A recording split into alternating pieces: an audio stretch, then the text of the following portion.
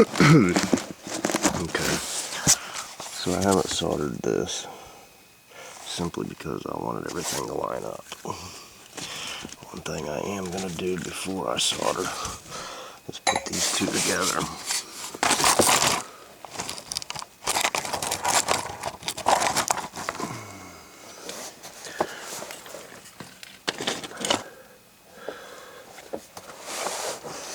I didn't have any liquid pipe dope with me down the truck, so I just put some Teflon on here. This beveled edge right here is your seal. Don't matter how much you put on them threads, how much you put on these threads here, if that beveled edge is leaking, it's going to leak.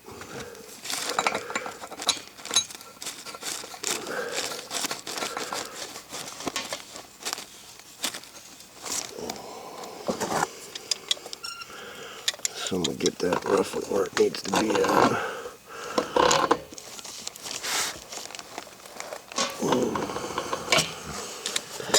Before I solder.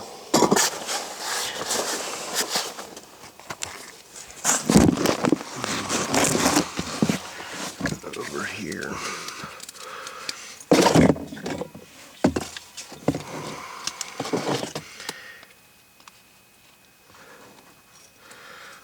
I'm only doing that because I didn't bring my flux brush in and I didn't put a whole lot on the inside of it.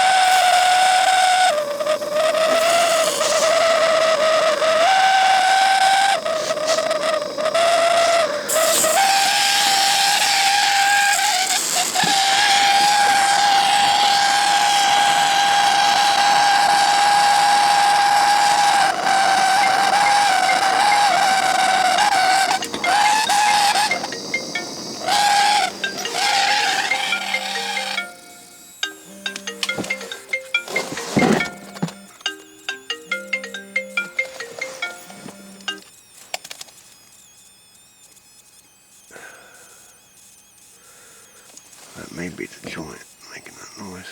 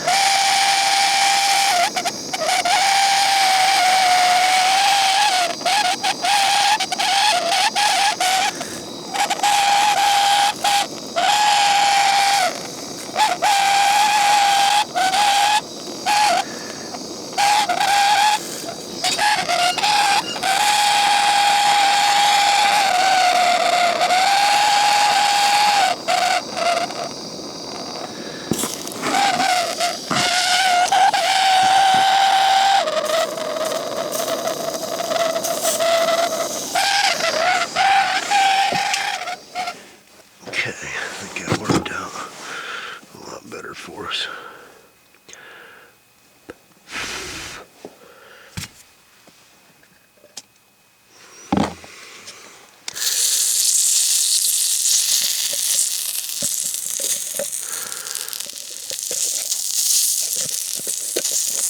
If it was cleaner and had more flux on it, it may not have acted as bad as it did. Because that was a crappy solder joint. Okay, let's cool it down by opening this up and letting some water come back in there.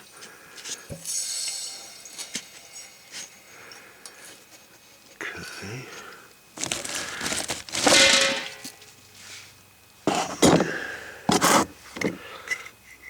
Now I'm going to go ahead and tighten the union back up.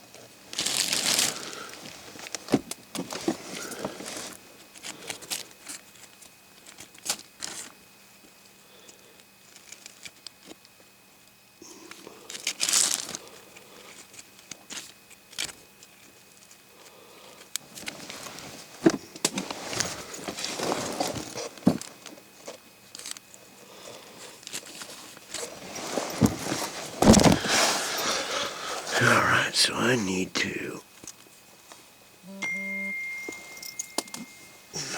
put on my gauge or my pressure switch. I don't see where it's at it.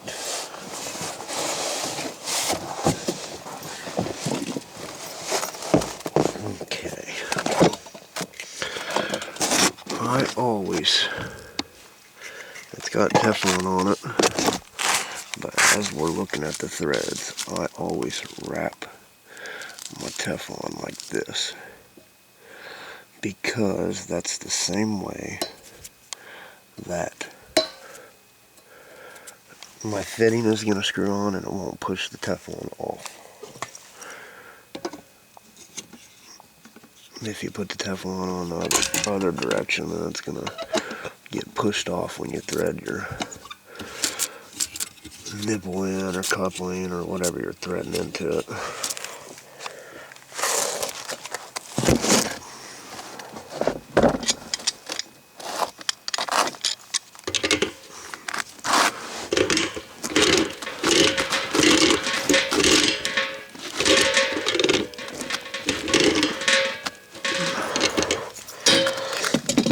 This is a 40-60 switch, meaning the pump will kick off at 60 pounds and it will kick on at 40 pounds.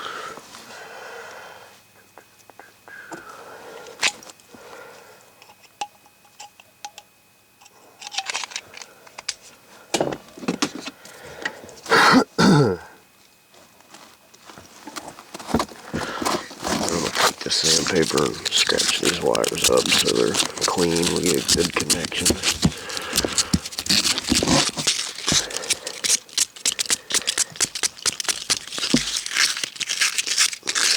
If they're too bad, sometimes I'll just cut them off and recreate them.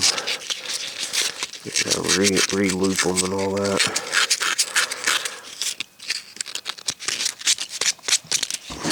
A lot of times it's nice having them circled like that, because you can take the screw off, put it in there, and then place it how you want it.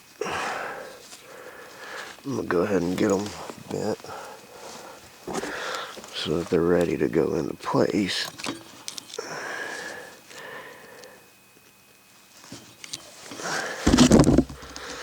Okay.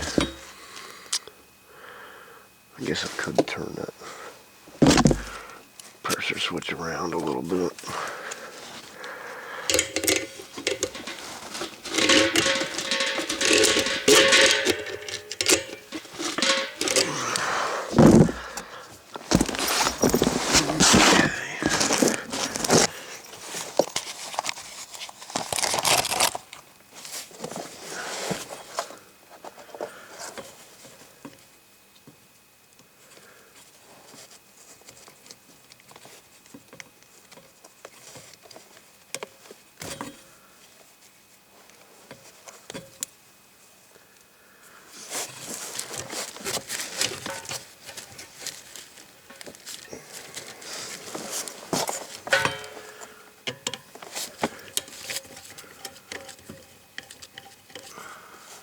Put the wire that has no insulation on it as your ground.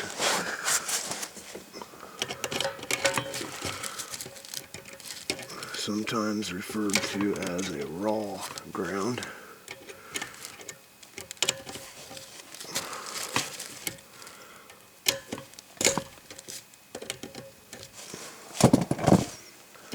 I put it on first, just because it's the hardest to mess with.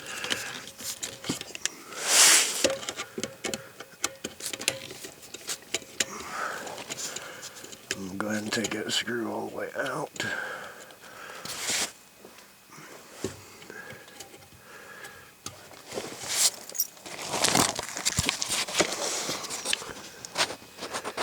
Put it into that wire. Oh, that's cute. So that's why you don't do that.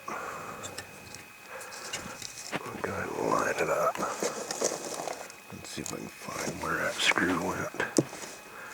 There it is.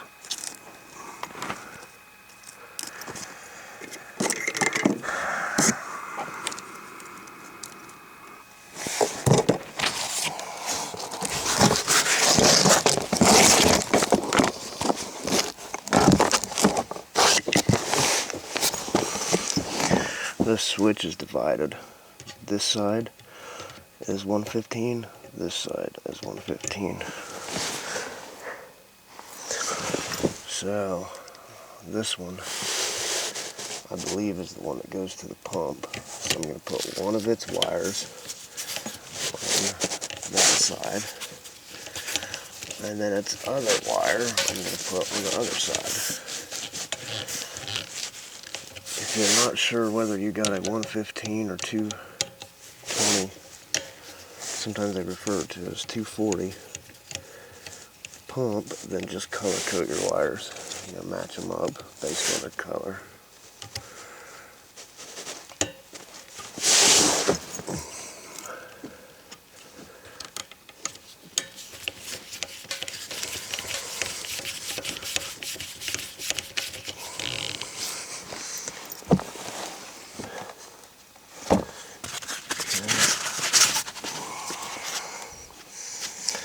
Here's my other one.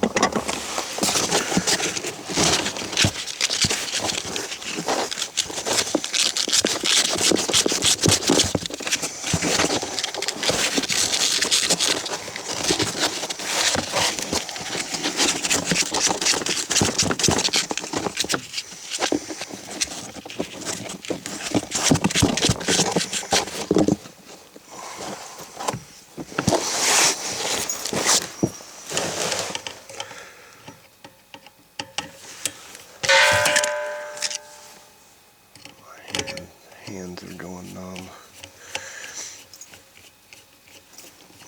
Okay.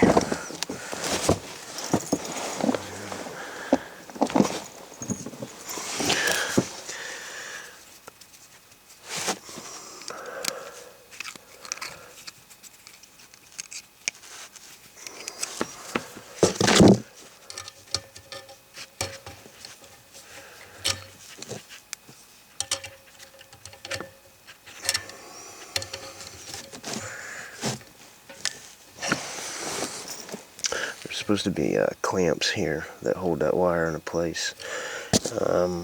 Are they important? Yeah. But I'm going to skip them because I don't have any, and I didn't realize this one didn't have any on it.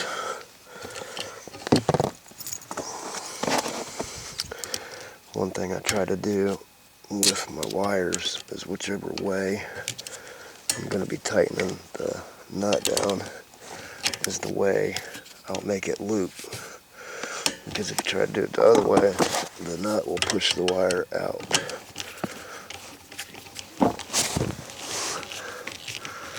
I was talking about the way I looped it around the shaft of the screw.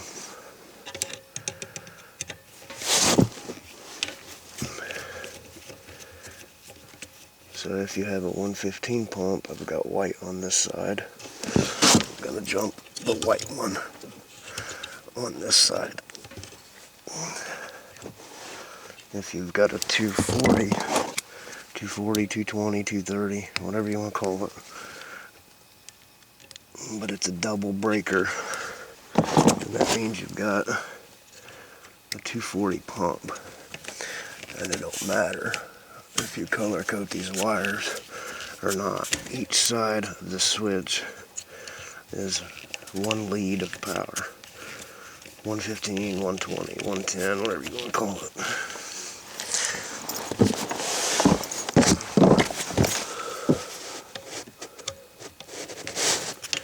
Just about done. And this will be pretty much all there is to installing a pressure switch.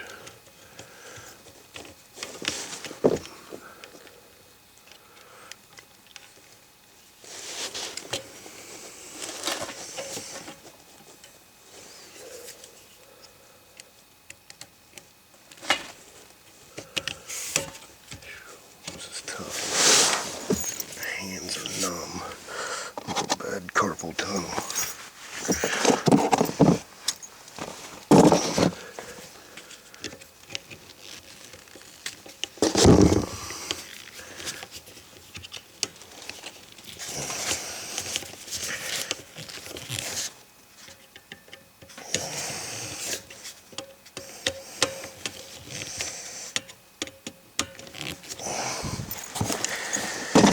Okay, so simple. And this is why that works. Because on this side, when the power's on, see right now it's calling for pressure. So these contacts are engaged. I've got the power off, otherwise you wouldn't be able to touch them. When it's not calling for water or pressure, they'll be on that side. And see how this one goes through there and jumps the power? It does that on each side. But again, right now they're engaged because it's calling for pressure. Because we don't have any in the system, we don't have it hooked up all the way.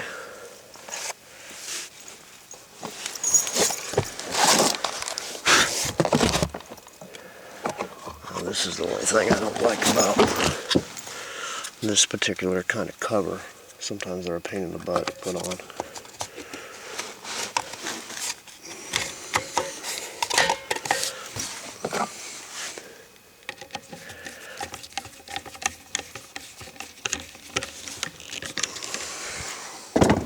Okay, now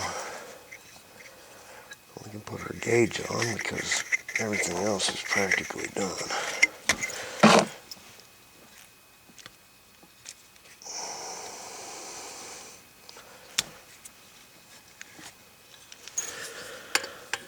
Again, the only purpose of the gauge is to help diagnose what may be going on with the system in the future if something should happen.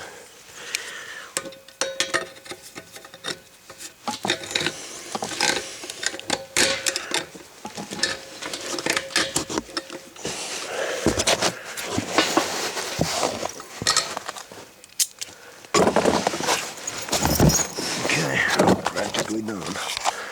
Now all I gotta do is go back out there and get a barb fitting, put it inside here, screw it in to this side, so you can either go 1 inch on the outside or 3/4 threads on the inside. That's how these are set up. They're double threaded, so it's got 3/4 threads in there.